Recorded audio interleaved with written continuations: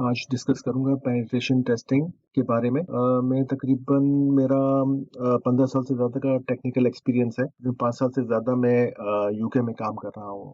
तो आज मैं लेके आया हूँ पेनिट्रेशन टेस्टिंग के बारे में। अगर आपको पेनिट्रेशन टेस्टिंग के बारे में नहीं पता तो कोई बात नहीं, क्योंकि ये इस प्रेज़ेंटेशन का मतलब ही करने का मतलब ही यही है कि बिल्कुल बेसिक से चीज़ें शुरू की जाएँ, ताकि आपको चीज़ें आपको आइडिया हो कि है क्या।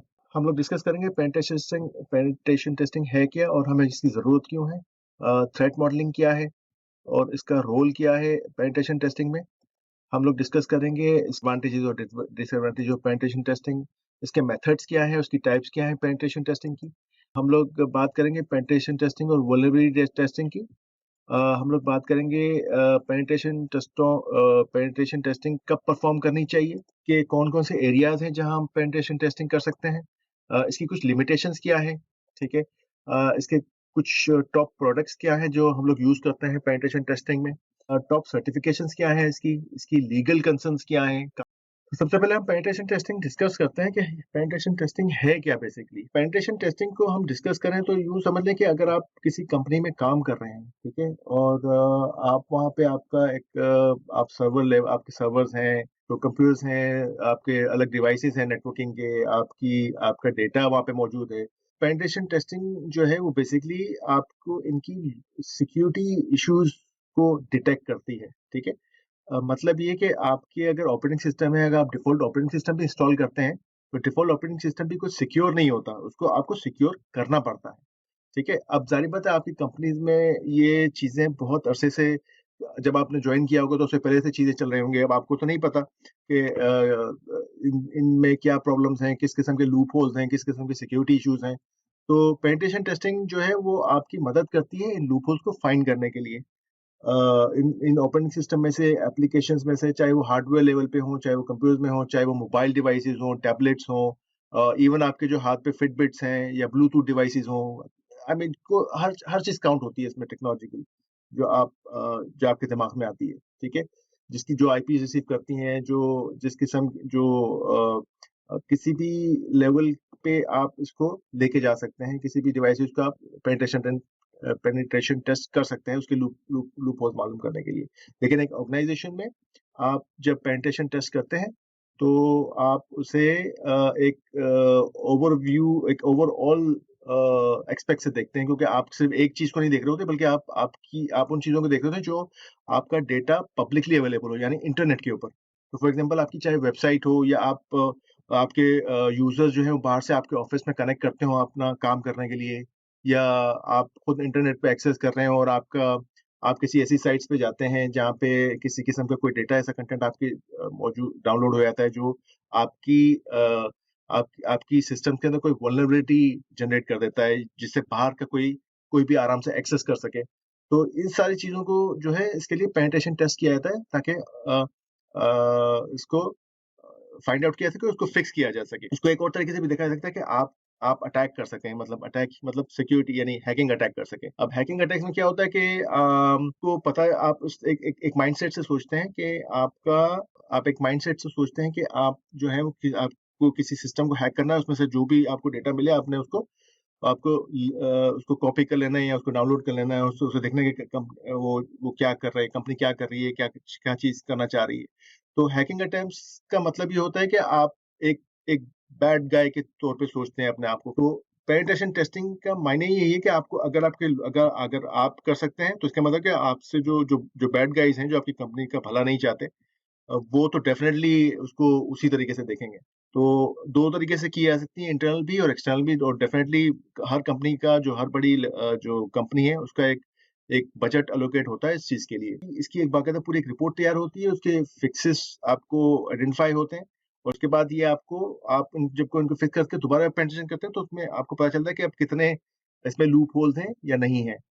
अब सबसे इम्पोर्टेंट चीज़ जो है, हैकर क्या चाहेगा आपकी ऑर्गनाइज़ेशंस में डेटा हैक करने के लिए, या उसे क्या सबसे ज़्यादा किस चीज़ से दिलचस्पी होगी? ज़ाहिर बात है कंपनी के डेटा से। ज़ाहिर बात है उसको हार्डवेयर तो आपकी कंपनी वो चोरी तो नहीं कर सकता बाहर से बैठकर, क्योंकि आपकी फिज़िकल सिक्योरिटी भी होगी, गार्ड्स होंगे, चीज़ें होंगी, लेकिन ज़ाहिर बात है सिक्योरिटी तो वो क्या करेगा, उसे सबसे ज़्यादा दिलचस्पी होगी आपकी कंपनी के डेटा से। वो डेटा किसी भी किस्म का हो सकता है, आपका पीआई हो सकता है, मतलब आपका पर्सनल डेटा हो सकता है, आपकी कंपनी के डेटाबेस, आपकी कंपनी के क्लाइंट्स की लिस्ट हो सकती है, क्रेडिट कार्ड की डिटेल्स हो सकती है। वो तो डेटा सबसे इम्पोर्टेंट है यहाँ पे, क्योंकि हैकर्स को किसी और चीज़ से दिलचस्पी नहीं होगी, डेटा से होगी। और कंपनी का डेटा बहुत क्रिटिकल होता है, अगर वो लूज़ हो जाए, वो चोरी हो जाए, स्टोल हो जाए, तो कंपनी जो है जो कंपनी है वो अपने बिज़नेस, ना सिर्फ बिज़नेस लूज़ करेगी, बल्कि अपना कॉन्फिडेंस भी लूज़ करेगी अपने कस्टमर्स के सामने।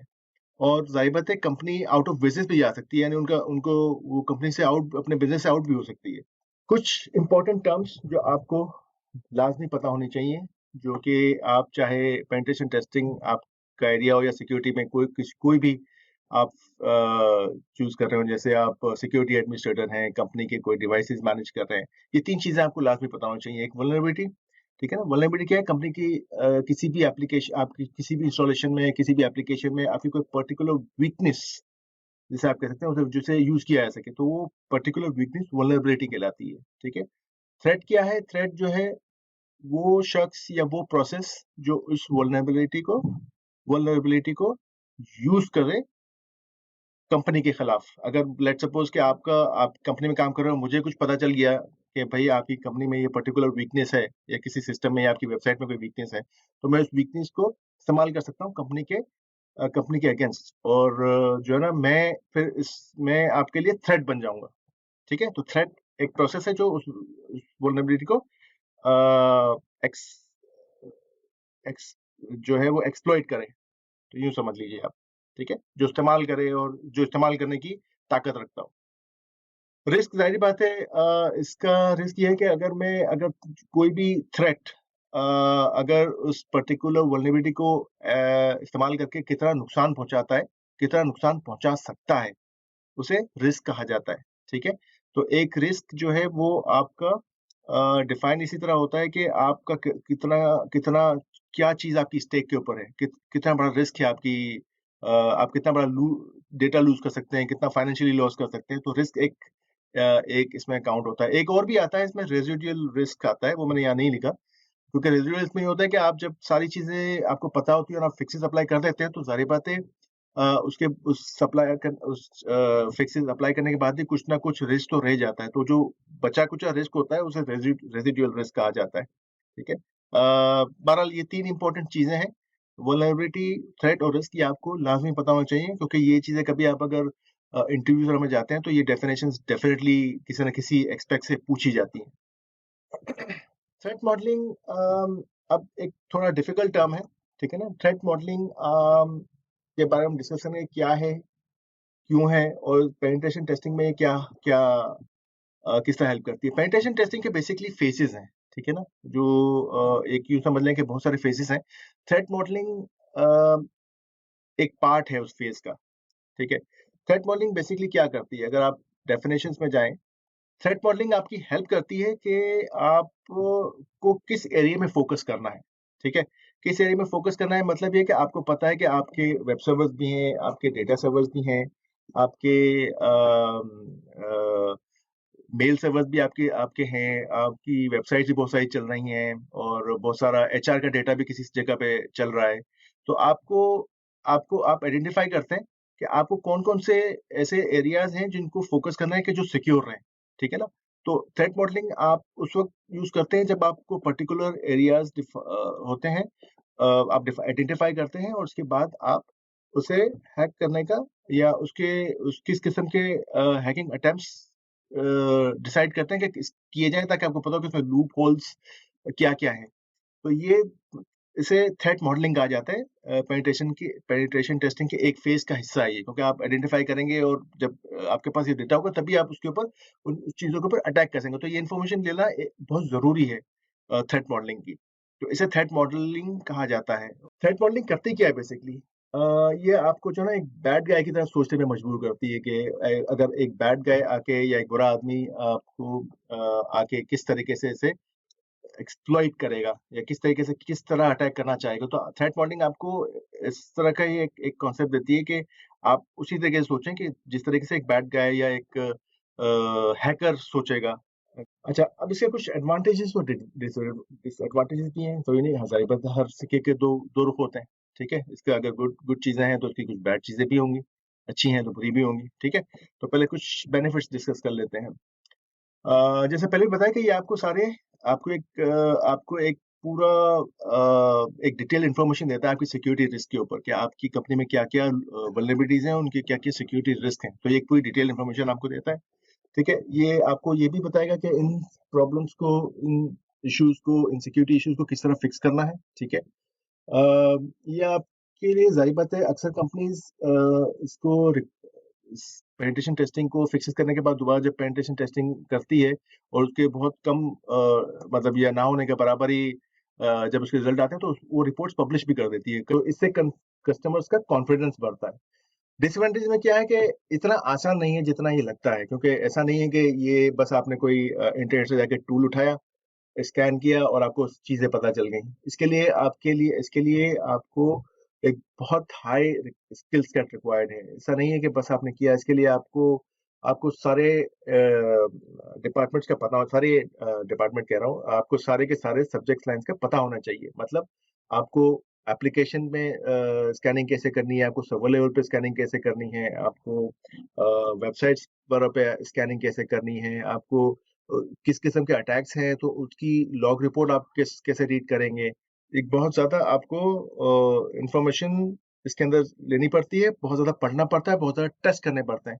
तो इतना आसान नहीं है जितना ये लगता है कि आपने बस एक टूल किया, लेकिन सिर्फ़ टूल से स्कैनिंग में भी अगर अगर आपको आपको कुछ पता चल भी गया, तो आप उसे एक्सप्लॉइट कैसे करेंगे? क्या आपकी नॉलेज इतनी है कि आप उसे एक्सप्लॉइट कर सकें, उसे समझ सकें? सबसे पहले तो समझना ज़रूरी है, तो इसके लिए बहुत ज़्यादा रिसर्च वर्क की ज़रूरत है और इतना आसान नहीं है ये जितना लगता है, तो ज़ाहिर बात है, ठीक है?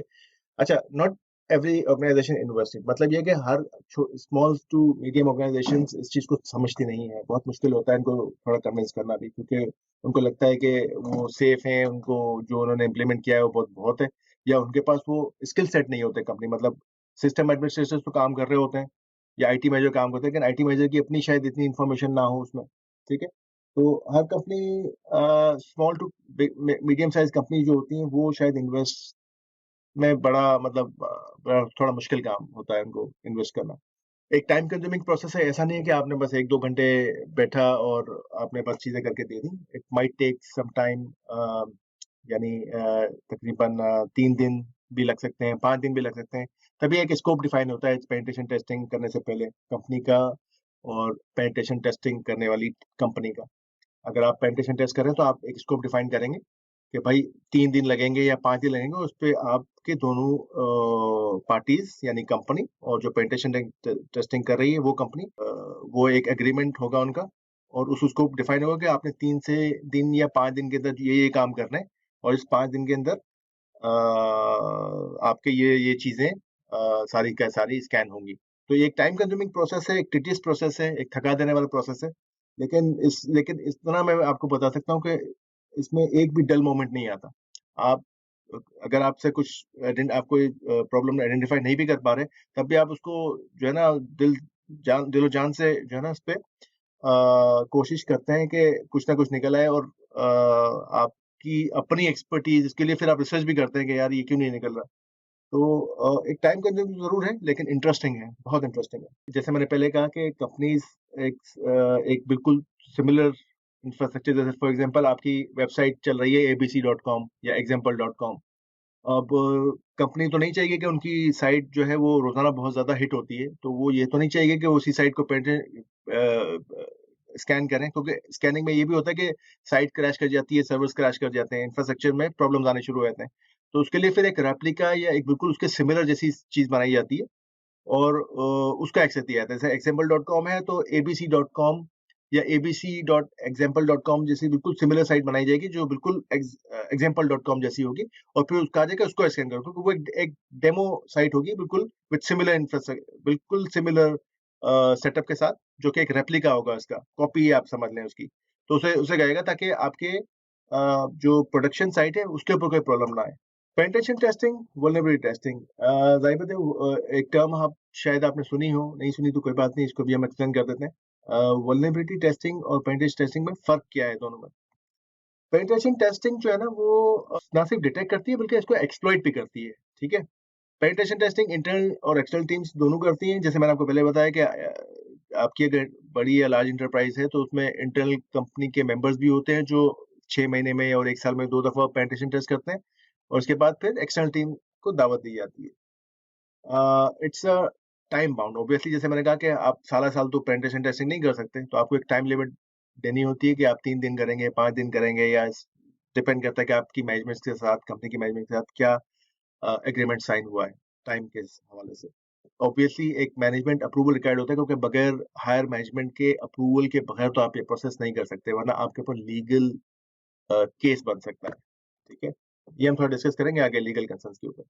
अब ज़ाहिर पता है जैसे मैंने कहा कि इसके लिए एक स्टेजिंग एनवायरनमेंट बनाया जाता है, ठीक है? और आप प्रोडक्शन कई कंपनीज़ अलाउ करती हैं, कई कंपनीज़ अलाउ नहीं करती, तो डिपेंड करता है कि कौन-सी कंपनीज़ आपको किस हद तक अपने इंफ्रास्ट्रक्चर के अंदर एक्सेस का अलाउ करती है, ठीक है? इजाज़त देती है आपको। तो इसके लिए एक स्टेजिंग एनवायरनमेंट बनाया जाता है, ज़्यादातर केसेज़ में। ज़ाहिर बात है पेनिट्रेशन टेस्टिंग आप जब आप बाहर से या एक्सटर्नल एनवायरनमेंट से करते हैं, जैसे आप अपने घर से किसी कंपनी के इंफ्रास्ट्रक्चर को स्कैन कर रहे हैं, तो आप उनकी नेटवर्क के अंदर या उनके इंफ्रास्ट्रक्चर के अंदर मिसकॉन्फ़िगरेशंस क्या हैं, जो या अननोन इश्यूज़ क्या हैं, वो आइडेंटिफ़ाई करने की कोशिश कर रहे होते हैं, जो आपको अचानक पता चल जाते हैं। ये एक बड़ा इसमें पेनिट्रेशन टेस्टिंग का फ़ायदा है। अब वल्नरेबिलिटी टेस्टिंग क्या है? वल्नरेबिलिटी टेस्टिंग सिर्फ़ आपके जो है ना, वो सिर्फ़ डिटेक्ट करती है, मतलब आप कोई स्कैनिंग का टूल इस्तेमाल करेंगे और आप उसे डिटेक्ट करेंगे। जैसे आप आईएएस वेब सर्वर चला रहे हैं या लिनक्स का अपाची सर्वर चला रहे हैं और आप स्कैन कर रहे हैं, तो आपको पता चला कि बहुत सारे अननोन पोर्ट्स खुले हुए हैं या बहुत सारी जो है ना पैचेस अपडेट नहीं हुए हुए या कोई और कॉन्फ़िगरेशन है कि जिसकी वजह से आपको पता चला कि एनोनिमस अकाउंट खुला हुआ है, तो आप उसे एक्सप्लॉइट नहीं करते, ठीक है? आप उसे यूज़ करते कुछ डैमेज करने की कोशिश नहीं करते। तो वल्नरेबिलिटीज़ आप सिर्फ आइडेंटिफ़ाई करते हैं, उसको उसको सॉल्व करने की कोशिश करते हैं, तो ये फ़र्क है वल्नरेबिलिटी टेस्टिंग में और पेनिट्रेशन टेस्टिंग में। और ये इसके लिए आप कोई बाहर की टीम हायर नहीं करते, ये इंटरनल कंपनी के जो जैसे सिस्टम एडमिनिस्ट्रेटर्स हो गए या इन्फॉर्मेशन सिक्योरिटी एनालिस्ट हो गए कंपनी के इंटरनल, तो वही ये चीज़ मैनेज करते हैं। वो खुद ही क्वार्टरली या हर 4 मंथ में जैसे भी कंपनी की अप्रूव्ड है, जो आपके आईटी मैनेजर ने अप्रूव किया है, उसके हिसाब से हर 3 महीने में, 4 महीने में वल्नरेबिलिटी स्कैन करके आइडेंटिफाई करते हैं और उसपे या स्पेशली अगर आपको कोई मेजर अपग्रेड या कोई मेजर चेंज हो रहा हो, ठीक है?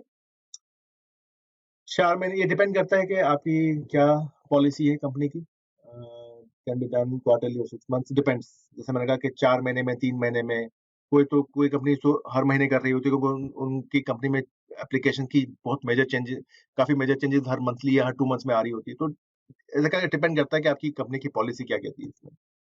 परफ़ॉर्म कब करनी चाहिए पेनिट्रेशन टेस्टिंग? ज़ाहिर बात है अगर आप कंपनी में जॉइन किया है और आपको पता चला है कि आपकी कंपनी में कभी पेनिट्रेशन टेस्टिंग हुई ही नहीं है, तो आपको सबसे पहले जो है ना, वो तो आपको कन्विंस करना पड़ेगा अपनी मैनेजमेंट को कि आपको पेनिट्रेशन टेस्टिंग लाज़मी करना चाहिए क्योंकि आपको नहीं पता कि बाहर से किस किस्म के अटैक्स आएँगे और अगर आपको कोई डेटा लॉस होता है तो इसमें आपका भी और कंपनी का भी लॉस है। और ज़ाहिर बात है एक चीज़ तो जो इम्पोर्टेंट है वो ये कि इसको रेगुलरली परफ़ॉर्म करना ज़रूरी है। ऐसा नहीं कि आपने बस एक दफ़ा किया इसके अगले 5 साल तक आपकी कंपनी का कोई पेनिट्रेशन टेस्ट ही नहीं हुआ। इसकी वजह ये है कि आपकी कंपनी में साल-साल में चीज़ें चेंज होती हैं। नए अकाउंट्स बनते हैं, नए लोग आते हैं, नए लोग जाते हैं। जो है नई एप्लीकेशंस अपडेट्स होती हैं, नई एप्लीकेशन इंस्टॉल्ड होती हैं, कुछ एप्लीकेशन रिमूव होती हैं, इंफ्रास्ट्रक्चर में मेजर चेंजेज़ आते हैं, तो रेगुलरली करना ज़रूरी है, ठीक है? ज़ाहिर बात है कोई मेजर चेंज हुआ, आपकी इंफ्रास्ट्रक्चर में कोई नई हार्डवेयर आया, कोई नई एप्लीकेशन आया, तो फिर पेनिट्रेशन टेस्टिंग ज़रूरी है। या आप अपनी लोकेशन चेंज कर रहे हैं, ठीक है? या फिर आप अपनी नई सर्विसेज़ को लेके आ रहे हैं, मतलब ये एक थोड़ा मिलता-जुलती चीज़ है कि आप कोई नई सर्विसेज़ ले रहे हैं या आप किसी कंपनी के साथ मर्ज कर रहे हैं, तो फिर पेनिट्रेशन टेस्टिंग ज़रूरी है। मर्ज करें तो ज़ाहिर बात है बहुत सारी सर्विसेज़ भी मर्ज होंगी। अ, अब इसके मेथड्स क्या हैं और उसकी टाइप्स क्या हैं, उसके एरियाज़ क्या हैं, ठीक है? पेनिट्रेशन टेस्टिंग के 3 मेथड्स हैं, जिसमें एक आता है ब्लैक बॉक्स, व्हाइट बॉक्स और तीसरा आता है ग्रे बॉक्स। ब्लैक बॉक्स क्या है बेसिकली जब आपकी कंपनी को जो है ना कुछ ज़्यादा जब आप पेनिट्रेशन टेस्टिंग या पेनिट्रेशन टेस्टर को आप ज़्यादा इन्फॉर्मेशन प्रोवाइड नहीं करते, ठीक है? उसमें ये होता है कि आपको सिर्फ़ उनको पता है कि हाँ भाई एक कंपनी है एक्स वाई ज़ेड और दैट्स इट।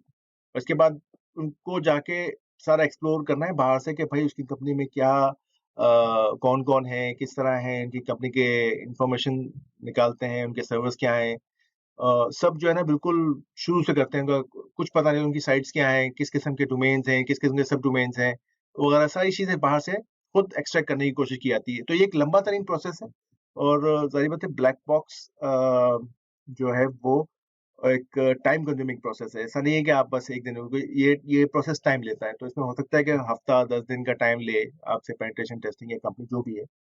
या उनका एक स्पेसिफिक टाइम होगा आपके साथ कि कितने दिन तक हम ये प्रोसेस करेंगे, जो इन्फॉर्मेशन होगी वो आपको प्रोवाइड कर देंगे, ठीक है? दूसरा होता है व्हाइट बॉक्स। व्हाइट बॉक्स में ये होता है कि आपको ज़्यादातर इन्फॉर्मेशन आप ऑलरेडी प्रोवाइड कर देते हैं। जैसे आपको कोई सोर्स कोड है आपकी एप्लीकेशन का, आपको आईपीज़ हैं, इंफ्रास्ट्रक्चर की डिटेल्स हैं, कौन-कौन सी आईपीज़ हैं, कौन-कौन के सब डोमेन्स हैं। उसमें ये होता है कि स्कैनिंग और सब चीज़ें करना थोड़ा जल्दी हो जाता है और टाइम इतना नहीं लगता। तो ये इसमें ज़्यादातर कंपनीज़ जो है व्हाइट बॉक्स पेनिट्रेशन टेस्टिंग की तरफ भी जाती हैं और इसको थोड़ा जल्दी जो है ना वो अ, किया जाता है, मतलब थोड़ा टाइम थोड़ा जल्दी बहुत, मतलब ब्लैक बॉक्स के मुकाबले में काफ़ी जल्दी ये एक्सरसाइज़ हो जाती है, ठीक है? इसके अलावा ग्रे बॉक्स में होता है कि आपको पार्शियल इन्फॉर्मेशन दी जाए।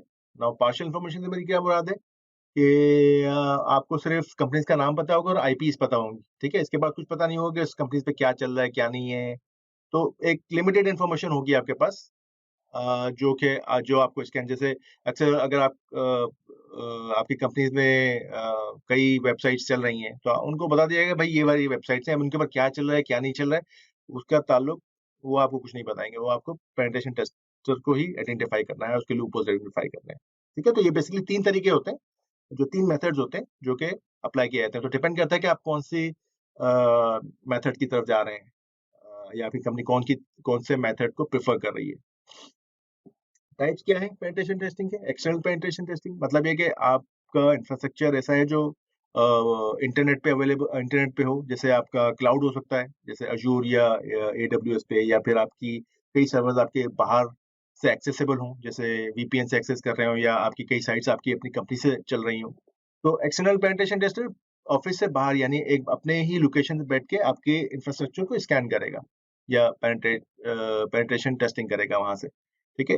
एक्सटर्नल। इंटरनल में ये होगा कि वो ऑफिस के अंदर बैठ के आपके इंफ्रास्ट्रक्चर को इंटरनली स्कैन करने करेगा और उसके लूप होल्स आइडेंटिफाई करेगा। तो 2 तरीके मेनली होते हैं कि एक्सटर्नल और इंटरनल, ठीक है? इसके बाद ये बाकी चीज़ें हैं कि आप अगर क्लाउड है, तो क्लाउड के अंदर ज़ाहिर बात है आप वो ऑफ़िस के अंदर बैठ के करें या बाहर से करेंगे, मेथड वही है कि इंटरनल या एक्सटर्नली होगा, क्योंकि ज़्यादातर कंपनीज़ का जो एक्सेस होता है बाहर क्लाउड पे या अज़ूर या एडब्ल्यूएस या गूगल के ऊपर, वो वीपीएन के थ्रू होता है, ठीक है? अब वीपीएन का वो एक्सेस आपको ऑफ़िस में बैठ के दे दें या बाहर से दे दें, वो अब कंपनी की पॉलिसी पे डिपेंड करता है कि आप किस तरह स्कैन करवाना चाह रहे हैं, ठीक है? वो आपके सामने करना चाह रहे हैं ताकि किसी किस्म का भी इफ़ेक्ट हो तो आपको पता हो कि क्या हुआ पीछे, क्या कर अगर कोई चीज़ क्रैश करती है, कोई प्रॉब्लम आता है, तो वो डिपेंड करता है कि आप किस तरीके से, आपकी कंपनी की पॉलिसी क्या अलाउ करती है इस चीज़ में। वायरलेस पेनिट्रेशन टेस्टिंग ज़ाहिर बात है, वायरलेस हर जगह आजकल मौजूद है। तो आप हर कंपनी में, आप हर घर में वायरलेस मौजूद है, तो उसकी भी पेनिट्रेशन लाज़मी है, क्योंकि कुछ पता नहीं कि आपके वायरलेस का पासवर्ड वीक हो या उसकी एन्क्रिप्शन वीक हो, या उसका जिससे कि सेटअप किया हुआ है वो इतना वीक हो कि कोई भी आके जो है वो एक्सेस कर सके, या उसके ऊपर ऐसा हो कि बस कनेक्ट करे और डिफ़ॉल्ट पासवर्ड डाले और बस कनेक्ट हो गया, ठीक है ना? तो उसके इसकी भी बहुत ज़रूरी है। इसी तरह सोशल इंजीनियरिंग की टेक्निक्स हैं। सोशल इंजीनियरिंग टेक्निक्स में ये होती है कि आप किसी तरीके से एम्प्लॉइज़ को जो है ना उनसे गैदर करने की कोशिश करते हैं एक एक अलग कंपनी का एम्प्लॉयी बन के। फॉर एग्ज़ाम्पल आपको पता है कि आपके 1000 एम्प्लॉइज़ हैं, तो आप किसी एम्प्लॉयी को फ़ोन करेंगे जो सीनियर लेवल पे होगा, उसे बताएँगे कि मैं आपको एक्स-वाई-ज़ेड बात कर रहे हैं, और उनको इस तरह कन्विंस करने की कोशिश करेंगे ताकि वो आप उससे आइडेंटिफ़ाई कर सकें कि उस कंपनी के पासवर्ड्स क्या हैं या यूज़र क्या हैं। तो सोशल इंजीनियरिंग टेक्निक्स कहलाती हैं ये। ठीक है? ये तो काफ़ी है, क्योंकि आपने अक्सर कंपनी में आपने अपने ईमेल में भी देखा होगा, अगर आप कि आपके बैंक की एक बिल्कुल सिमिलर वेबसाइट टाइप आ रही होती है और आप उसे क्लिक करते हैं तो पता चलता है कि वो एक्चुअली एक फेक वेबसाइट थी। तो इस तरह ये एक सोशल इंजीनियरिंग टेक्निक ये भी एक सोशल इंजीनियरिंग टेक्निक में आती है। इसी तरह एरियाज़ कहाँ के, ज़ाहिर बात है अब एरियाज़ तो कई हैं इसमें। एप्लीकेशन आप पेनिट्रेशन टेस्टिंग कर सकते हैं, नेटवर्क पेनिट्रेशन टेस्टिंग कर सकते हैं, क्लाइंट साइड कर सकते हैं। नेटवर्क में ये हो गया कि आपका आपकी कंपनी के अंदर लोकली आप जहाँ बैठे हैं और लेट्स सपोज के वो नेटवर्क काफ़ी बड़ा है, कई सबनेट्स हैं, कई वीलैन्स हैं, तो फिर ज़ाहिर बात है आपको आइडेंटिफ़ाई करना पड़ेगा। क्लाइंट साइड हो गए जिसमें विंडोज़ 10 या लिनक्स डेस्कटॉप्स हो गए, जो आप अपने क्या आपके लिनक्स डेस्कटॉप के ऊपर तो कोई इस तरह की चीज़ें नहीं है। ठीक है? वायरलेस पेनिट्रेशन मैं पहले भी बता चुका हूँ और फिर सोशल इंजीनियरिंग अगेन इसमें भी आती है, क्योंकि ये सोशल इंजीनियरिंग टेक्निक्स आपकी किसी भी तरीके से आप जो है ना कन्विंस करने की कोशिश करते हैं, जो जो सोर्सफुल पीपल होते हैं जिनके पास क्रेडेंशियल होता है, जैसे सिस्टम एडमिनिस्ट्रेटर हो गए या आईटी मैनेजर्स हो गए या हायर लेवल जिनके पास इंफॉर्मेशन होता है, उनको कन्विंस कोशिश करते हैं कि आप कोई स्पेसिफिक नोन पर्सन बोल रहे हैं, या आप क्लाइंट क्लाइंट बन के बात कर सकते हैं कि आप मुझे स्पेसिफिक क्लाइंट का मैं बात कर रहा हूँ और मुझे ये वाली इन्फॉर्मेशन चाहिए, ये वाली इन्फॉर्मेशन चाहिए। अब आप फोन पे बात करें तो जाहिर बात है आपके कुछ ना कुछ टर्म्स एंड कंडीशंस होंगे क्लाइंट के साथ। अगर आपके हेल्प डेस्क डिपार्टमेंट या आपकी सपोर्ट डिपार्टमेंट क्या उन उन टर्म्स एंड कंडीशंस को फॉलो कर रही है, या ऐसे बस जो भी फोन करेगा उसे इस किस्म की इन्फॉर्मेशन प्रोवाइड करिए। तो ये बहुत सारी चीजें आपकी कंपनीज में काउंट होती हैं। लिमिटेशंस क्या है? ज़ाहिर बात है स्कोप और टाइम लिमिटेशन ज़रूरी नहीं कि आपकी जो स्कैन का जो आपने टाइम तय किया वो क्या कहते हैं कि वो इनफ हो, काफ़ी हो। ठीक है? हो सकता है कि आपके पेनिट्रेशन टेस्टर कहे कि नहीं 3 दिन में तो नहीं हो सकता, आपकी कंपनी ने तय किया 2 दिन और कहते हैं नहीं हमको कम से कम 4 दिन चाहिए। लेकिन कंपनी बज़िद है कि नहीं हम तो 2 दिन से ज़्यादा नहीं देते, हमारा काम इफ़ेक्ट होगा, हमारा बिज़नेस इफ़ेक्ट होगा। तो फिर आपके पास एक लिमिटेशन आ जाती है कि आप उससे कम नहीं देते हो, या फिर आपको ये भी होता है कि आपके अगर कंपनीज़ के 10 सर्वर हैं और आपको सिर्फ़ 1 ही सर्वर दे रही हो स्कैन करने के लिए, तो ज़ाहिर बात है आपकी एक लिमिटेशन आ गई कि आप प्रॉपर आइडेंटिफ़ाई नहीं कर पाएँगे, क्योंकि आप जो चीज़ आपकी स्कोप में बाउंड है, आप उससे ज़्यादा नहीं जा सकते, क्योंकि इसके अगर आप जाते हैं और कंपनी आइडेंटिफ़ाई की सिक्योरिटी टीम या कंपनी वाले आइडेंटिफ़ाई कर लेते हैं, तो आपकी कंपनी को सू कर सकते हैं। तो यू हैव टू बी वो कहते हैं ना कि आपको फिर लीगल बाउंड्स के अंदर ही रहना पड़ता है। अगर आप ज़्यादा आपने कोई ऐसी चीज़ की और क्रैश हो गई इनकी एप्लीकेशन या कोई ऐसी चीज़, तो जो है ना वो उसके कॉन्सिक्वेंसेस हो सकते हैं उसके, ठीक है? लिमिटेड एक्सेस ज़ाहिर बात है वो आपको लिमिटेड एक्सेस देंगे। जैसे मैंने कहा कि हो सकता है वो एक सर्वर ही दें और आपके पास लिमिटेशन भी उसकी इतनी ही हो जितनी वो आपको देना चाह रहे हैं, उससे ज़्यादा ना देना हो चाह, तो वो एक उसकी वजह से रिज़ल्ट पे इफ़ेक्ट पड़ सकता है। ठीक है? अब स्कोप में आपके मेथड्स हो सकता है कि आप सीक्वल इंजेक्शन चाह रहे हो लेकिन आपकी कंपनी मना करे, या कोई ऐसा मेथड चाह रहे हो कि वो आप कोई ऐसा ऐसा मेथड जो आप करना चाह रहे हो और वो आपको, क्योंकि आपको ये स्कोप के अंदर बताना पड़ेगा कि आप क्या-क्या मेथड्स यूज़ करेंगे, ठीक है? अगर आप बताते हैं कि ये मेथड करेंगे और कंपनी कहती है नहीं, तो फिर आपको एक्सक्लूड करना पड़ेगा अपने मेथड्स में से, ठीक है? इसी तरह आपकी कंपनी में हो सकता है कि पेनिट्रेशन टेस्टिंग में बहुत सारे स्किल्स आते हैं। हो सकता है किसी को वायरलेस पेनिट्रेशन टेस्टिंग ना आती हो, तो फिर आपकी अपनी कंपनी की पेनिट्रेशन टेस्टिंग स्किल्स पे भी डिपेंड करता है, ठीक है? तो अगर वो नहीं आती तो फिर आपकी एक लिमिटेशन आ जाती है। तो आप जब आप पेनिट्रेशन टेस्टिंग करने जाते हैं किसी कंपनी को, तो आपके पास पूरा स्किल सेट होना चाहिए हर चीज़ का। पेनिट्रेशन टेस्टिंग, नेटवर्क का, डेस्कटॉप्स का, वायरलेस का, different source, different different technologies का पता होना चाहिए कि आप किस तरीके से क्या करेंगे। ईमेल्स की अगर पेनिट्रेशन टेस्टिंग ईमेल सर्विस की करनी है, तो आपको पता होना चाहिए किस तरह करेंगे, क्या मेथड यूज़ होंगे उसके, ठीक है?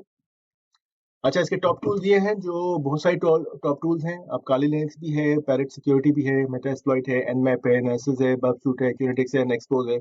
अब जैसे मैंने कहा कि आप ये सब डाउनलोड कर सकते हैं क्योंकि आपको सब फ्री अवेलेबल हो जाएगा। लेकिन सिर्फ डाउनलोड करने से और एक आधा स्कैन चलाने से, जैसे मैंने कहा कि आप पेनिट्रेशन टेस्टर नहीं बन सकते, ठीक है? इसके लिए आपको बहुत ज़्यादा रिसर्च वर्क की ज़रूरत है। ईमेल की है, फॉर एग्ज़ाम्पल आप ईमेल पेनिट्रेशन टेस्ट कर रहे हैं एक्सचेंज सर्वर का, तो आपको पता होना चाहिए कि आप एक्सचेंज में क्या-क्या चीज़ें हैं, पेनिट्रेशन टेस्ट किस तरह करेंगे और किस तरीके से आप किस तरह लूपहोल्स करने हैं आपको, तो बहुत सारी चीज़ें इसमें काउंट होती हैं। आप सिर्फ एक स्कैन करके आपको 4 चीज़ें बता देगा, तो क्या मतलब नहीं कि उसके अंदर बहुत सारी चीज़ें नहीं है। तो आपको टेक्नोलॉजी का पता होना चाहिए, आपको प्रोसेसेस का पता होना चाहिए, स्टेप्स का पता होना चाहिए। यही चीज़ हम लोग डिस्कस करेंगे डिटेल में विद लैब्स हमारे कोर्सेज़ के अंदर। हम लोग इसमें ज़ाहिर बात है पैरेट और काली लिनक्स 2 मेन जो है इसमें ऑपरेटिंग सिस्टम्स हैं पेनिट्रेशन टेस्टिंग के लिए। तो मैं ज़्यादातर काली लिनक्स यूज़ करता हूँ, तो अपने कोर्स में मैं काली लिनक्स ही लेके चलूँगा। इसके अलावा Metasploit is one of the best tools. Nmap use करेंगे, बर्बसूट यूज़ करेंगे और बर्बसूट से आप वेबसाइट्स किस तरीके से की इन्फॉर्मेशंस निकालते हैं वो देखेंगे। बहुत सारी चीज़ें इसमें हम लोग करेंगे। Accuretics is one of the best tools. एक और अच्छा टूल जो मैंने काफ़ी यूज़ किया है। नेक्सपोज भी अच्छा टूल है, लेकिन ज़ाहिर बात है नेक्सपोज थोड़ा मेरे ख्याल में पेड है। इसका शायद फ्री एडिशन भी आता है। सर्टिफिकेशंस ऑब्वियसली ये जो है ओएससीपी शायद सबसे बेहतरीन है। मैं खुद मेरा सबसे ज़्यादा दिलचस्पी ऑफेंसिव सिक्योरिटी पे ही है। मैं आप बहुत अच्छे टेक्निक्स, बहुत अच्छे तरीके बताए हैं उसमें, और बहुत टूल्स के ऊपर काम करना सिखाया है। और एक कोर्स करने के बाद चाहे आप एग्ज़ाम ना भी निकालें, तब भी आपकी नॉलेज ठीक-ठाक हो जाती है पेनिट्रेशन टेस्टिंग के ऊपर। इसी तरह सीपीएस है, ये यूके के अंदर बहुत मशहूर है। यूके की एक यहाँ की जो है ना बहुत डिमांडिंग सर्टिफिकेशन है। फिर ईजेपीटी है, ये भी एक अच्छी सर्टिफिकेशन है जूनियर्स के लिए, स्पेशली अगर आप जूनियर लेवल पे भी काम करना चाहो तो ये एक अच्छी लर्निंग का अच्छा है। लेकिन ज़ाहिर बात है सब पेड है, इसमें आपको फ्री कोई भी नहीं है। सैंस की सर्टिफिकेशन शायद सबसे ज़्यादा महँगी है इस वक़्त मार्केट में। तो सैंस का मेरे पास जो डेटा है मैंने वो भी यूज़ किया है, पढ़ा है, और उसके बाद मैंने ओएससीपी का डेटा भी मैंने पढ़ा है। ओएससी डेटा भी मैंने डिप्लॉय भी किया है काफ़ी। तो मुझे इनकी तीनों का ही मुझे इनका कोर्स कंटेंट का आइडिया है, क्या नहीं है, और उनकी मैंने काफ़ी चीज़ें डिप्लॉय भी कर चुका हूँ मैं। तो मुझे पता है सेंस का जो है सबसे ज़्यादा बेहतरीन कंटेंट है, लेकिन ज़ाहिर बात है इनकी जो प्राइस है वो भी काफ़ी एक्सपेंसिव है, तकरीबन $6000-7000 से कम तो बात ही नहीं है इसमें। ठीक है? तो जो कंपनीज़ तो नॉर्मली कंपनीज़ अफ़ोर्ड करती हैं। तो अगर आप कंपनी में काम करते हैं तो आप कह सकते हैं कि मुझे सेंस की सर्टिफ़िकेशन चाहिए। अब डिपेंड करता है कि आपकी कंपनी कितनी बड़ी है और वो एग्री करती हैं इसके ऊपर। लेकिन अगर ये आप नहीं भी कर सकते, तब भी जो शुरू के जो 3 हैं, वो बेहतरीन है सीखने के लिए अ, अपनी पेनिट्रेशन टेस्टिंग के ऊपर। और अगर आप बिल्कुल ही नए हैं, जिसमें आपको पता ही कुछ नहीं है कि आप बेसिक्स क्या है सिक्योरिटी की, तो मेरे ख्याल में सीएच एक अच्छी चॉइस है अंडरस्टैंडिंग के लिए कॉन्सेप्ट्स की। लेकिन सीएच के लिए मैं एडवाइस नहीं करूँगा, क्योंकि मुझे ये सर्टिफ़िकेशन कभी भी इतनी कुछ ज़्यादा भाई नहीं है। हालाँकि बेसिक्स आपको अच्छी दे देगी, लेकिन एक एक्सपीरियंस सिक्योरिटी प्रोफेशनल आपको कभी भी कोई भी सीएच की एडवाइस नहीं करेगा। अच्छा, लीगल कंसर्न्स क्या है? ज़ाहिर बात है, जैसे मैंने कहा कि थर्ड पार्टी का डेटा जो है ना वो बहुत इम्पोर्टेंट होता है, तो आपको इसका बहुत ख़्याल रखना पड़ेगा कि आपकी वजह से उनका डेटा लॉस ना हो जाए, डैमेज ना हो जाए, करप्ट ना हो जाए। इसलिए जो है ना इसकी बड़ी एहतियात की जाती है। अगर आपको कोई कंपनी अगर आपको डायरेक्टली अपने ऑफिशियल डेटा के ऊपर ही पेनिट्रेशन टेस्टिंग करने की इजाज़त देती है, अक्सर देती भी है, ऐसा नहीं कि नहीं देती। तो आपको बहुत केयरफुल रहना पड़ेगा कि आप वो डेटा एक्सट्रैक्ट करके आप डाउनलोड करके आप उसका मिसयूज़ ना करें और आपकी कंपनी को पता ना चले, ठीक है ना? मतलब ये नहीं कि आप अगर आप करके आप आइडेंटिफ़ाई कर लिया आपने, डाउनलोड भी कर लिया, और तो कंपनीज़ ने अपने सिक्योरिटी फीचर्स रखे होंगे कि उनको डाउनलोड हुआ है नहीं हुआ, उनको पता चल जाएगा। तो फिर ये लीगल इश्यूज़ के अंदर आ सकते हैं, जिससे आपकी कंपनी पे लीगल कंसर्न होते हैं। ज़ाहिर बात है यूके में तो बहुत ज़्यादा इसका एहतियात किया जाता है, यूके में और यूएस में। अब ज़ाहिर बात है इसमें जब हम बात करते हैं लीगल कंसर्न की, तो ज़ाहिर बात है आपकी कंपनी के साथ एक प्रॉपर स्कोप डिफाइन होता है, जिसमें वो आपको कौन से सर्वर्स या कौन-सी इंफ्रास्ट्रक्चर की इन्फॉर्मेशन आपको करने की इजाज़त दे रहे हैं, कौन-सा दे रहे हैं, आप उससे हट नहीं सकते, क्योंकि एक डली साइन्ड एग्रीमेंट होगा पेनिट्रेशन टेस्ट शुरू करने से पहले, ठीक है? इसके लिए यहाँ पे यूके में, यूएस वगैरह में और या दूसरे जो कंट्रीज़ हैं, उसमें आपको इंश्योरेंस भी लेनी पड़ती है। इसी तरह कंपनी भी इंश्योरेंस लेती है पेनिट्रेशन टेस्टर्स से कि आपकी सारा इन्फॉर्मेशन जो भी अगर अगर लीक भी होता है, तो सारा कॉन्फिडेंशियल रहेगा, ठीक है? वो सिर्फ़ आप किसी थर्ड पार्टी के साथ नहीं कर सकते, लीगली बाउंड होते हैं आप। और आपको बताना पड़ता है कि आपने क्या किस किस्म का डेटा आपने एक्सट्रैक्ट किया है, किस किस्म की इन्फॉर्मेशन आपने एक्सट्रैक्ट की है। तो you have to be careful, क्योंकि अगर आपका कहीं आपकी वजह से कहीं किसी वजह से भी डेटा लीक होता है और वो इंटरनेट पे पब्लिश हो जाता है गलती से भी, तो जो है ना वो उसके बड़े सीरियस कॉन्सिक्वेंसेज़ है, आपकी कंपनी पे केस हो सकता है। आप इसी तरह आपको हर कंपनी के साइबर सिक्योरिटी लॉज़ भी जो है वो देखने पड़ते हैं, क्योंकि साइबर सिक्योरिटी लॉज़ आपको पता होना चाहिए कि आप अगर यूएस में रहते हैं या यूके में रहते हो, वहाँ के साइबर सिक्योरिटी लॉज़ क्या हैं, पाकिस्तान में या इंडिया में रहते हैं, तो आपको पता होना चाहिए कि वहाँ के साइबर सिक्योरिटी लॉ क्या हैं, क्योंकि हर कंट्रीज़ के अलग-अलग सिक्योरिटी लॉज़ हैं साइबर के, ठीक है? करियर एडवाइस, अब जो साइबर सिक्योरिटी की तरफ इंटरेस्ट रखते हैं और खासकर पेनिट्रेशन टेस्टिंग की तरफ तरफ ज़्यादा तवज्जो रखते हैं, मेरी उनके लिए एडवाइस यही है कि ज़रूर जाएँ इस तरफ, क्योंकि एक तो security is high in demand, क्योंकि ना आपकी सिक्योरिटी का कोई भी सब्जेक्ट पकड़ लें, इन्फॉर्मेशन सिक्योरिटी एनालिस्ट बन जाएँ या पेनिट्रेशन टेस्टर बन जाएँ, इनकी डिमांड और इनकी डिमांड हाई ही है, ठीक है? ज़ाहिर बात है आजकल हर कंपनी जो इवन चाहे छोटी कंपनियाँ भी हों, और ज़्यादातर कंपनी आपको पता ही है कि कई कंपनीज़ तो क्लाउड पे मूव कर चुकी हैं। अज़ूर हो गया या गूगल क्लाउड हो गया या एडब्ल्यूएस हो गया। तो उनको ऐसा बंदा चाहिए जो इनकी एडमिनिस्ट्रेशन भी कर सके और सिक्योरिटी भी जो है उसको पता हो उसको कि किस तरीके से मैनेज करनी है, जैसे मल्टी फैक्टर ऑथेंटिकेशन डिफाइन करना है या ग्रुप लेवल सिक्योरिटी डिफाइन करनी है या परमिशन असाइन करनी है क्लाउड के ऊपर।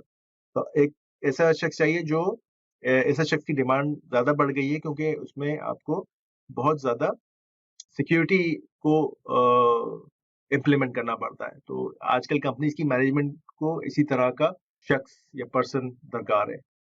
अच्छा, अब हमारे कोर्सेज़ हैं। अब ये कोर्सेज़ हमने डिफाइन किए हुए हैं। तो मुझे जो है ना जैसे मैंने कहा कि मैं ऑलरेडी फील्ड में भी हूँ, तो मुझे पता है कि कंपनीज़ किस तरीके से चीज़ें इम्प्लीमेंट करवाती है, किस किस्म के कंसर्न्स आ सकते हैं, किस किस्म की प्रॉब्लम्स आ सकते हैं। तो मेरे ख़्याल में ये एक ऐसा सब्जेक्ट है, जिसे मैं बहुत अच्छे तरीके से एक्सप्लेन भी कर सकता हूँ, डिप्लॉय भी कर सकता हूँ और आपको सिखा भी सकता हूँ।